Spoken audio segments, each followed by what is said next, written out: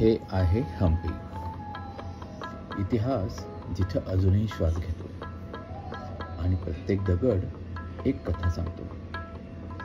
कधी हम्पी ही विजयनगर साम्राज्याची अभिमानी राजधानी होती. तुंगभद्रेच्या किनाऱ्यावर पसरलेली ही नगरी आज जरी शांत दिसते तरी प्रत्येक दगडात दडलेला आहे एक आवाज, इतिहासाचा, भक्तीचा आणि मानवी उत्कटतेचा. जिथं संपत्ती, कला आणि संस्कृतीचा अद्भुत मिलाप होता. आज हीच नगरी जागतिक वारसा ठिकाण म्हणून उभी आहे. विरूपाक्ष मंदिराच्या घुमटाखाली निनादणारे मंत्र, विठ्ठल मंदिरातील दगडी स्तंभांवरून उमटणारे संगीत, कृष्ण मंदिर जिथे भक्ती आणि शिल्प एकरूप होतात, आणि अंजनाद्री पर्वतावरून दिसणारी शांत तुंगभद्रा नदी, हे सगळं मिळून हम्पीला एक वेगळंच रूप देतं. तुंगभद्रा नदीच्या किनाऱ्यावर वसलेले हम्पी व्यापार, कला आणि धार्मिक जीवनाचे महत्त्वपूर्ण केंद्र होते. विजयनगर साम्राज्याचे भव्य राजवाडे, मंदिरे आणि स्तंभ आपल्याला त्या काळातील शौर्याची आणि संस्कृतीची साक्ष देतात. तुम्हाला जाणवेल की इथल्या प्रत्येक कोपऱ्यात इतिहास जिवंत आहे. खडकाळ महाराणांवर पसरलेले दुर्ग, प्राचीन मंदिरांची उंच शिखरं आणि भव्य स्तंभ जणू काही आजही त्या काळातील लोकांचा आवाज ऐकवत आहेत. येथे चालताना तुम्हाला अशी अनुभूती येईल की काही क्षणांसाठी तुम्ही शतकांपूर्वीच्या हम्पीच्या रस्त्यांवरून चालत आहात. उंच गोपुर आणि त्या काळातील गर्दीची जाणीव करून देणारे रस्ते. आज ही जी शांतता आहे तिथे कधीकाळी हजारो कारागीर, व्यापारी, भक्त आणि परदेशी पाहुणे जमत असत. इथला प्रत्येक दगड जणू बोलतो. त्या राजांच्या शौर्याची, त्या कलाकारांच्या कौशल्याची आणि त्या भक्तांच्या श्रद्धेची कथा सांगतो. कोणता स्तंभ साम्राज्याची ताकद सांगतो तर कोणतं मंदिर भक्तीची गाथा गातं. निसर्ग आणि मानवी कलात्मकतेचा अद्भुत संगम येथे दिसतो. हम्पी ही केवळ भूतकाळाची आठवण नाही तर आपल्या समृद्ध परंपरेचा जिवंत अनुभव आहे. ती आपल्याला आठवण करून देते की काळ जरी गेला तरी कला, श्रद्धा आणि मानवी कल्पकता कधी मरत नाही. त्या दगडांतून पुन्हा पुन्हा जन्म घेत राहतात. चला, या इतिहासाच्या गुंतागुंतीतून आपणही प्रवास करूया आणि अनुभवूया या हम्पीचा जादुई आनंद.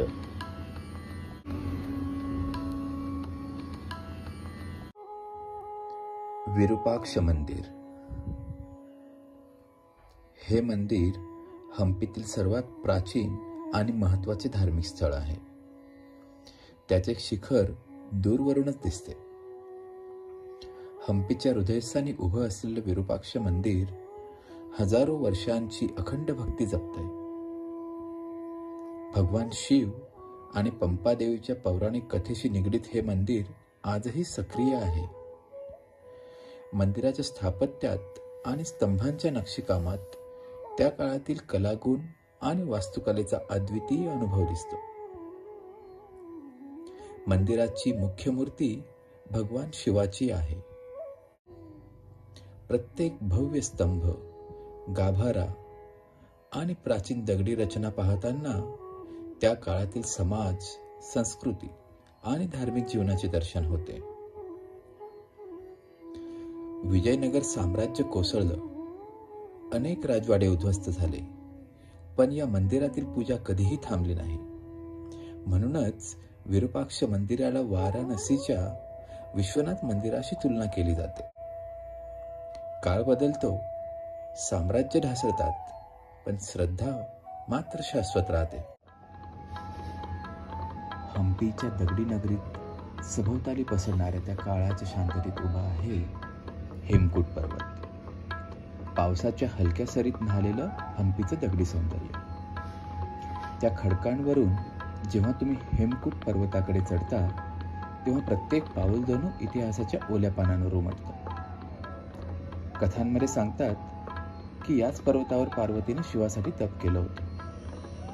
हेमकूट पर्वतावरून दिसणारं विरूपाक्ष मंदिर म्हणजे जणू काळाला थांबवणारं दृश्य. दगडी शिखरांच्या मधून उठलेली ती गोपुरं, घंटांचा निनाद आणि सभोवतालचं शांत वातावरण मनात एक वेगळंच समाधान देतं. या हळुवार वातावरणामध्ये जेव्हा विरूपाक्षाचं मंदिर खाली चमकतं, तेव्हा असं वाटतं जणू संपूर्ण हम्पी त्या दृश्यात विलीन झाली आहे. वरच्या कड्यावर बसून जेव्हा आपण विरूपाक्ष मंदिराकडे पाहतो, तेव्हा मनात एक विलक्षण शांतता उतरते आणि हम्पीच्या त्या वैभवशाली युगाची झलक डोळ्यासमोर येते. त्या क्षणी जाणवतं की हम्पी ही फक्त दगडांची नगरी नाही, तर ती भक्ती, प्रेम आणि इतिहासाचा निनाद आहे, जो अजूनही या हेमकूट पर्वतावर घुमतो आहे.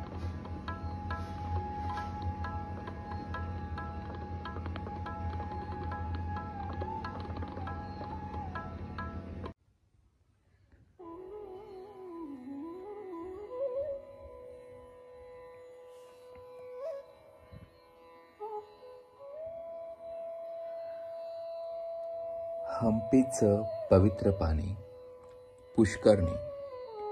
हे पाणी साधन आहे, हे इतिहासाच्या हृदयात उमटलेलं प्रतिबिंब आहे. पुष्करणी, जिथे प्रत्येक तरंग बोलतो आणि प्रत्येक थेंब सांगतो, कधी काळी इथे चालायची देवांची पूजा आणि राजांची प्रार्थना.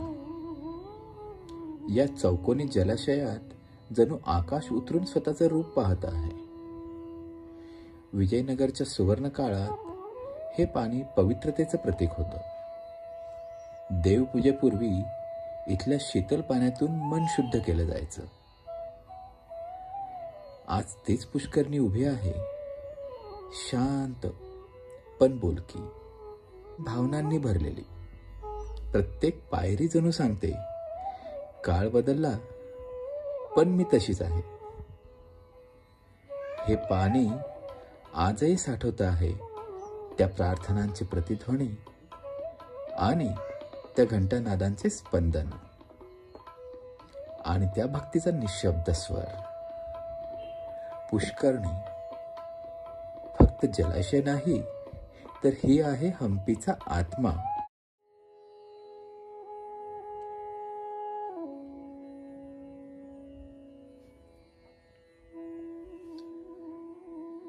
विठ्ठल मंदिर. विजयनगर साम्राज्याचं रत्न म्हणजे विठ्ठल मंदिर. विठ्ठल मंदिर हम्पीतील सर्वात भव्य आणि प्रसिद्ध वास्तूंपैकी एक आहे.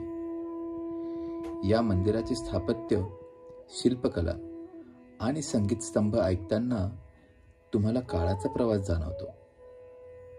अंगणात पाऊल टाकलं की पहिल्यांदा नजरेस भरतो तो दगडी रथ. दगडात कोरलेला असूनही जणू चालायला तयार आहे. या मंदिरातला दगडी रथ म्हणजे त्या काळातील राजवटीचा गौरव आणि शिल्पकलेचा उत्तम नमुना आहे. जेव्हा तुम्ही या मंदिरात पाऊल टाकतात, तेव्हा प्रत्येक स्तंभ, प्रत्येक नक्षीकाम आणि प्रत्येक भव्य गाभारा तुम्हाला त्या काळातील कला आणि सामाजिक जीवनाची कहाणी सांगतो. संगीत स्तंभांच्या कोमल आवाजात जणू काही प्राचीन संगीत ऐकू येते. हलकासा स्पर्श केला तरी वेगवेगळे सूर उमटतात.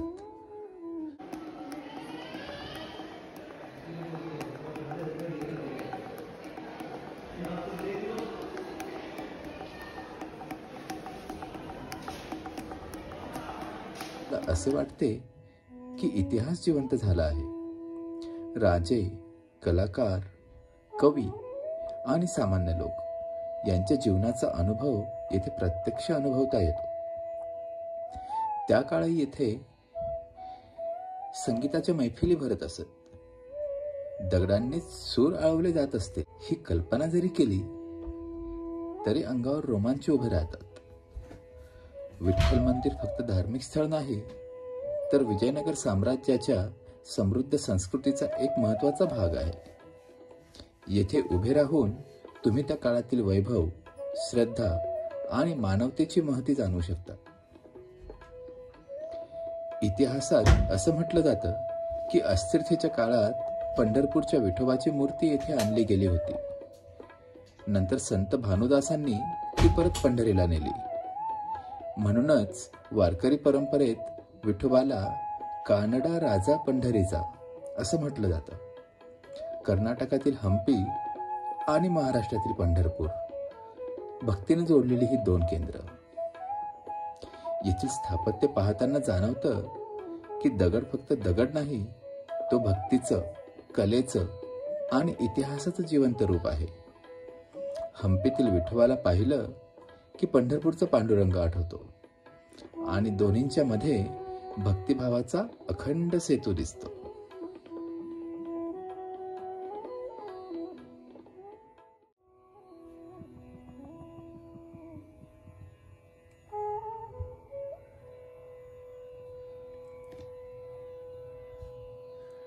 हजार राम मंदिर. हे मंदिर हंपीतील एक अद्वितीय वास्तू आहे, जिथे रामायणाच्या कथा भिंतचित्रावर कोरलेल्या आहेत. मंदिराच्या भिंतींवर, स्तंभांवर आणि प्रवेशद्वारावर रणभूमीतील युद्ध, भक्ती आणि नायकांचे साहस स्पष्ट दिसते. राम सीतेचा वनवास, हनुमानाची भक्ती, रावणाशी युद्ध, अगदी प्रत्येक प्रसंग शिल्पातून उभा राहतो. भिंतींजवळून चालताना असं वाटतं की आपण प्रत्यक्ष त्या युद्धभूमीवर आहोत. युद्धाचे आवाज, रथांचे गडगडाट, सगळं दगडातून ऐकू येतंय असा भास होतो. या मंदिरात चालताना तुम्हाला असे वाटते की जणू रामायणाच्या कथांमध्येच तुम्ही प्रवेश केला आहे. प्रत्येक कोपरा, प्रत्येक शिल्प आणि प्रत्येक नक्षीकाम तुम्हाला त्या काळातील धार्मिक श्रद्धा, समाज आणि जीवनशैलीची झलक देतो. या मंदिरात फक्त धार्मिक अनुभव नाही, तर कलात्मक अनुभव देखील आहे. चालताना तुम्हाला त्या भूतकाळातील कलाकारांची मेहनत, त्यांचा दृष्टिकोन आणि त्या काळातील समाजाचे दर्शन मिळते. हजार राम मंदिर ज्या प्रमाणात धार्मिक श्रद्धेचे केंद्र आहे, त्याचप्रमाणे तो स्थापत्य कलेचा एक अद्वितीय ठेवा देखील आहे. हे मंदिर फक्त धार्मिक श्रद्धेचं प्रतीक नाही, तर कलात्मक कौशल्याचं शिखर देखील आहे. दगड हा केवळ बांधकामाचा भाग नसून कथा सांगण्याचं जिवंत माध्यम आहे. आज या मंदिरात उभं राहून असं वाटतं की आपण फक्त अवशेष पाहतोय नाही, तर संपूर्ण रामायण आपल्या डोळ्यांसमोर उलगडतंय. जसं वाराणसीच्या घाटांवर गीता ऐकताना मन शांत होतं, तसंच इथल्या शिल्पातून रामायण ऐकताना मन भारावून जातं.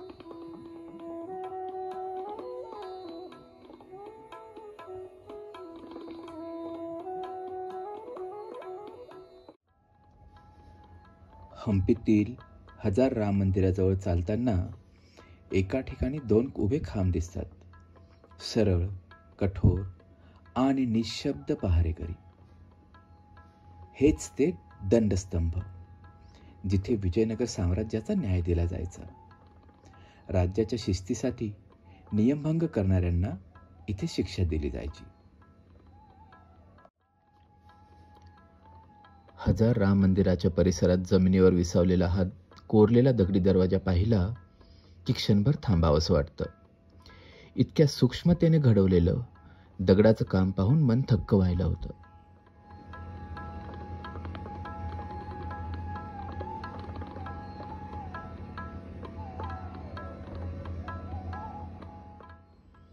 हा दरवाजा कधी कोणासाठी उघडायचा, कोणत्या रचनेचा भाग होता, याचं नेमकं उत्तर आज कुणाकडे नाही. पण त्या कोरीव रेषा, ती नक्षी नक्कीच त्या काळातील कलाकारांच्या कल्पकतेचं द्योतक आहे.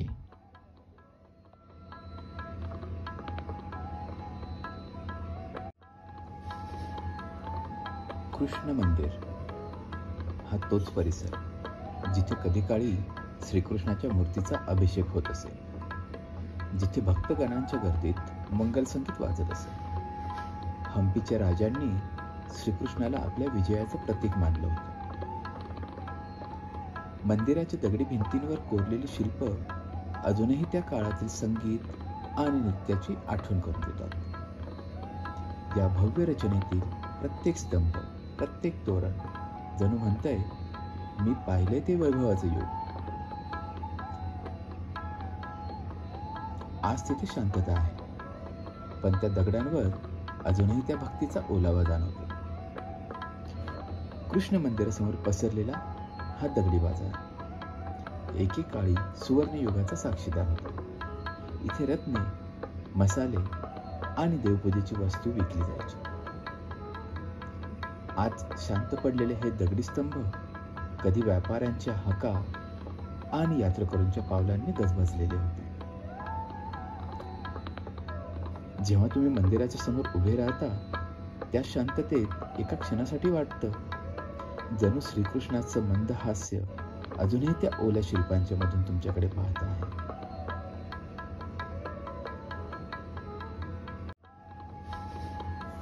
कृष्ण मंदिरापासून काही अंतरावर तुम्हाला दिसतात काही मोठ्या गोलाकार दगडी थाळ्या, नुसत्या खडक्यात कोरलेल्या, पण किती अर्थपूर्ण. हीच ती जागा जिथे विजयनगर साम्राज्याचे सैनिक भोजन करायचे. त्या काळात युद्ध चालू असो किंवा सणाचा दिवस, या दगडी थाळ्यांमध्ये हजारो सैनिकांसाठी एकत्र जेवण दिलं जायचं. त्या थाळ्या आज निशब्द आहेत, पण जर त्या बोलू शकल्या असत्या तर त्यांनी सांगितल्या असत्या हजारो सैनिकांच्या कथा, त्यांच्या पराक्रमाच्या, साध्या पण शिस्तबद्ध जीवनाच्या. हम्पीच्या या पवित्र भूमीत एकमेकांच्या जवळ उभे आहेत उग्र नरसिंह आणि बडवेलिंग. एका ठिकाणी विष्णूचं रौद्र रूप, तर दुसरीकडे शिवाचं शांत आणि स्थिर रूप. जणू सृष्टीचं संपूर्ण संतुलन याच दोन शक्तींमध्ये सामावलेलं आहे. कृष्णदेवरायांच्या काळात घडवलेली ही उग्र नरसिंहाची मूर्ती 7.5 मीटर उंच असून त्या मूर्तीचा प्रत्येक भाग भक्ती आणि शक्तीचं प्रतीक आहे. डोळ्यातील ज्वाला आणि चेहऱ्यावरील रौद्रभाव त्या काळातील शिल्पकारांनी जणू देवाला दगडातून सजीव केला आहे. असं वाटतं जणू नरसिंह स्वतः त्या पवित्र भूमीचं रक्षण करतो आहे. आणि त्याच्या शेजारीच आहे बडवेलिंग, एक शांत पण अत्यंत प्रभावी अस्तित्व. एका अखंड दगडातून कोरलेलं हे शिवलिंग नेहमी थंड पाण्यात बुडालेलं असतं. हे शिवलिंग भव्य नाही, ना सोन्याचं रौप्याचं सजलेलं आहे, पण त्याच्या साधेपणात एक गूढ तेज आहे जे प्रत्येकाच्या मनात शांती निर्माण करतं. त्या लिंगाच्या भोवती सतत पाणी असतं आणि त्या प्रतिबिंबात दिसतो शिवाचं अनंत स्वरूप. हम्पीच्या राणींच्या वाड्यात आत शिरताना एक वेगळं सौंदर्य दिसतं. ना फार मोठं, ना फार अलंकारिक, पण मोहक, सुंदर आणि अनोखं. हेच ते लोटस महाल, फुलासारखं उमललेलं दगडातलं स्वप्न. कधी काळी इथे राण्यांचा वावर असायचा. सकाळच्या चर्चेतून, दुपारच्या विश्रांतीतून आणि संध्याकाळच्या हास्य गोष्टीतून हा महाल जिवंत होत असेल. लोटस महालाचं वास्तुशिल्प फारच विशेष आहे. आता हे ठिकाण शांत आहे, पण कल्पना करा, त्या काळातील राण्यांचा आशा, दगडांच्या भिंतीवर आदळणारा शृंगाराचा नाद, सगळं जणू अजूनही हवेत आहे. लोटस महाल म्हणजे हम्पीचं कोमल रूप आणि राजवैभवाच्या दगडात उमललेलं एक सुंदर फूल. लोटस महालापासून काही पावलांवर परिसराचा मूड एकदम बदलतो. इथे दिसतात विशाल कमानी आणि लांब रांगेत उभ्या असलेल्या खोल्या. हीच ती प्रसिद्ध हत्तीशाळा, जिथे साम्राज्याचे बलवान हत्ती ठेवले जायचे आणि प्रत्येक हत्तीच्या मागे होती एक वेगळी कहाणी. इथल्या कमानी पाहिल्या की मनात अभिमान दाटतो. तेव्हाचे हत्ती म्हणजे युद्धातील साथीदार, राजाच्या गर्वाचं प्रतीक आणि दरबारातील सन्मानाचे रक्षक. आज त्या खोल्या रिकाम्या दिसतात, पण कल्पना करा किती गजबजाट असेल इथे त्या काळात. हत्तींच्या साखळ्या, त्यांच्या पावलांचा नाद सगळं त्या दगडी भिंतींनी अनुभवलेलं आहे. इथले आर्किटेक्चरही विलक्षण. प्रत्येक घुमट वेगळा, जणू प्रत्येक हत्तीची ओळखच त्यात दडलेली आहे.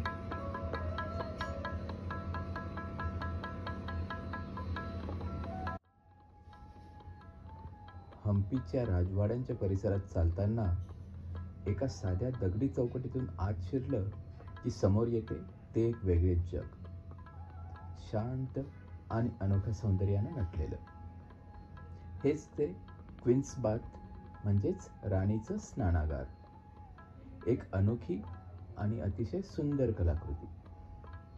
कधी काळी इथे राण्या आणि राजघराण्यातील स्त्रिया स्नान करत, संवाद साधत आणि छान वेळ घालवत असत. बाहेरून साधं वाटणारं हे बांधकाम आत मात्र अत्यंत नियोजनबद्ध आहे. भव्य चौकोनी कुंड, दगडी कमानी आणि कोरीव खिडक्यातून आत शिरणारा प्रकाश. आज पाण्याविना जरी हे ठिकाण शांत दिसत असलं तरी प्रत्येक दगड जणू काही सांगतो. कधीतरी इथे जीवन नाचत होतं. राण्यांच्या हास्याने या भिंती उजळत होत्या. कल्पना करा त्या काळातील सुवासिक जल, फुलांच्या पाकळ्या आणि संगीतांच्या मंद लहरींसह हे ठिकाण कसं जिवंत होत असेल.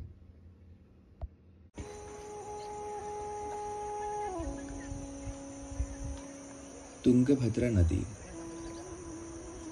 ही नदी म्हणजे हम्पीच्या जीवनाचा मुख्य आधार आहे. या नदीने लोकांना पाणी दिले, व्यापारी आणि नागरिकांना जीवन सहाय्य केले. नदीच्या किनारी अनेक प्राचीन मंदिरं, घाट आणि शिल्प पाहायला मिळतात. चालताना तुम्ही नदीच्या शांत प्रवाहात ऐकू येणाऱ्या लहरींमध्ये आणि पानांवर पडणाऱ्या सूर्यकिरणांमध्ये इतिहास जाणू शकता. या नदीच्या किनारी चालताना तुम्ही सहजपणे कल्पना करू शकता की काही शतकांपूर्वी येथे लोकांनी कसे जीवन जगले, उत्सव साजरे केले आणि साम्राज्याची समृद्धी अनुभवली.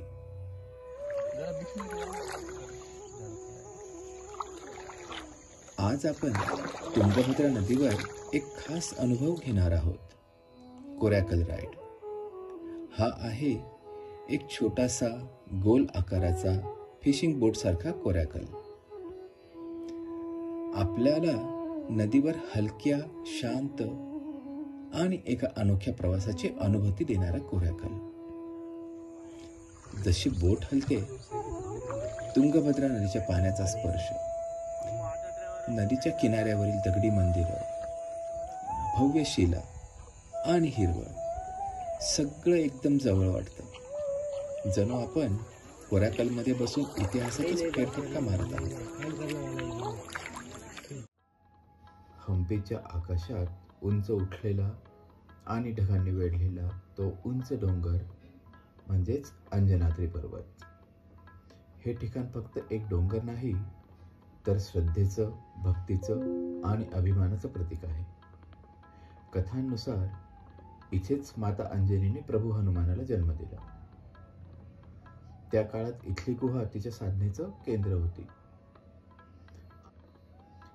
वर पोहोचल्यानंतर दिसतो तो शांत पण शक्तिमान परिसर, जिथे अंजनी माता ध्यानस्थ होती आणि त्या ध्यानातून प्रकट झाला अमर, बलवान, भक्तीचा अवतार हनुमान. येथून खाली पाहिलं की तुंगभद्रा नदी पसरलेली दिसते आणि दिसतात विस्तीर्ण पसरलेले, धुक्यात हरवत जाणारे ते दगडांचे डोंगर. या सर्वांतून हम्पीचा तेजस्वी इतिहास झळकतो. हम्पीच्या खडकाळ प्रदेशात एक शांत पण सामर्थ्यवान ठिकाण आहे, वाली गुंफा. आज ती साधी वाटते, पण इतिहास आणि पुराणात तिचं स्थान अफाट आहे. कथांनुसार इथेच राम आणि वाली यांचा संघर्ष झाला होता. ही गुंफा म्हणजे त्या वीरगाथेची साक्ष आहे, जिथे धर्म, अन्याय आणि सामर्थ्याचा प्रश्न उभा राहिला होता. दगडांनी बनलेली ही गुंफा पावसाने ओलसर झालेल्या हवेत अजूनही थंड आणि गंभीर वाटते.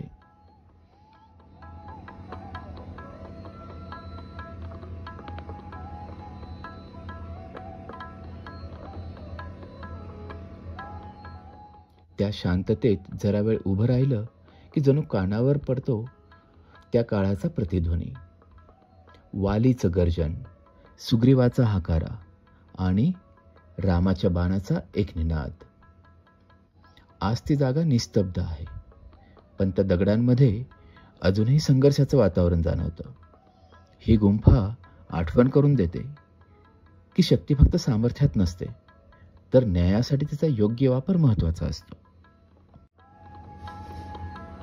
हम्पीपासून थोड्याच अंतरावर असलेलं पंपा सरोवर हे ठिकाण रामायणातील अत्यंत पवित्र स्थळांपैकी एक. म्हटलं जातं, इथेच भगवान राम आणि माता शबरीची भेट झाली आणि याच परिसरात माता पार्वतीने भगवान शंकरांसाठी तप केलं होतं. सरोवराभोवती शांत डोंगर, सगळं वातावरण एकदम शांत पण भावनांनी भरलेलं. आजही सरोवराचं पाणी शांतपणे पसरलेलं दिसतं, त्यात आकाशाचं प्रतिबिंब पडलेलं. पंपा सरोवर हे फक्त पाण्याचं ठिकाण नाही, तर श्रद्धा, भक्ती आणि इतिहासाचं संगमस्थान आहे. अंजनाद्री पर्वताच्या आसपासच्या टेकड्यांमध्ये एक शांत ठिकाण आहे, शबरी गुहा. दगडांनी वेढलेली, ओलसर आणि थंड हवेने भरलेली ही गुहा पहिल्या नजरेत साधी वाटते, पण मनाला भिडते. कथांनुसार इथेच माता शबरी राहत होती, रामाची प्रतीक्षा करत, भक्ती आणि संयमाने भरलेलं आयुष्य जगत. वर्षानुवर्षे ती प्रभू रामाच्या आगमनाची वाट बघत होती आणि जेव्हा राम इथे आले तेव्हा तिने झाडावरून तोडलेली उष्टी बोरं आदराने रामाला अर्पण केली. ही गुहा म्हणजे तिच्या श्रद्धेचं प्रतीक आहे. आज सुद्धा त्या जागी उभं राहिलं की त्या साध्या भक्तीची अनुभूती येते. कोणतंही वैभव नाही, कोणतीही सजावट नाही, फक्त शांतता आणि मनाला भिडणारी निष्ठा.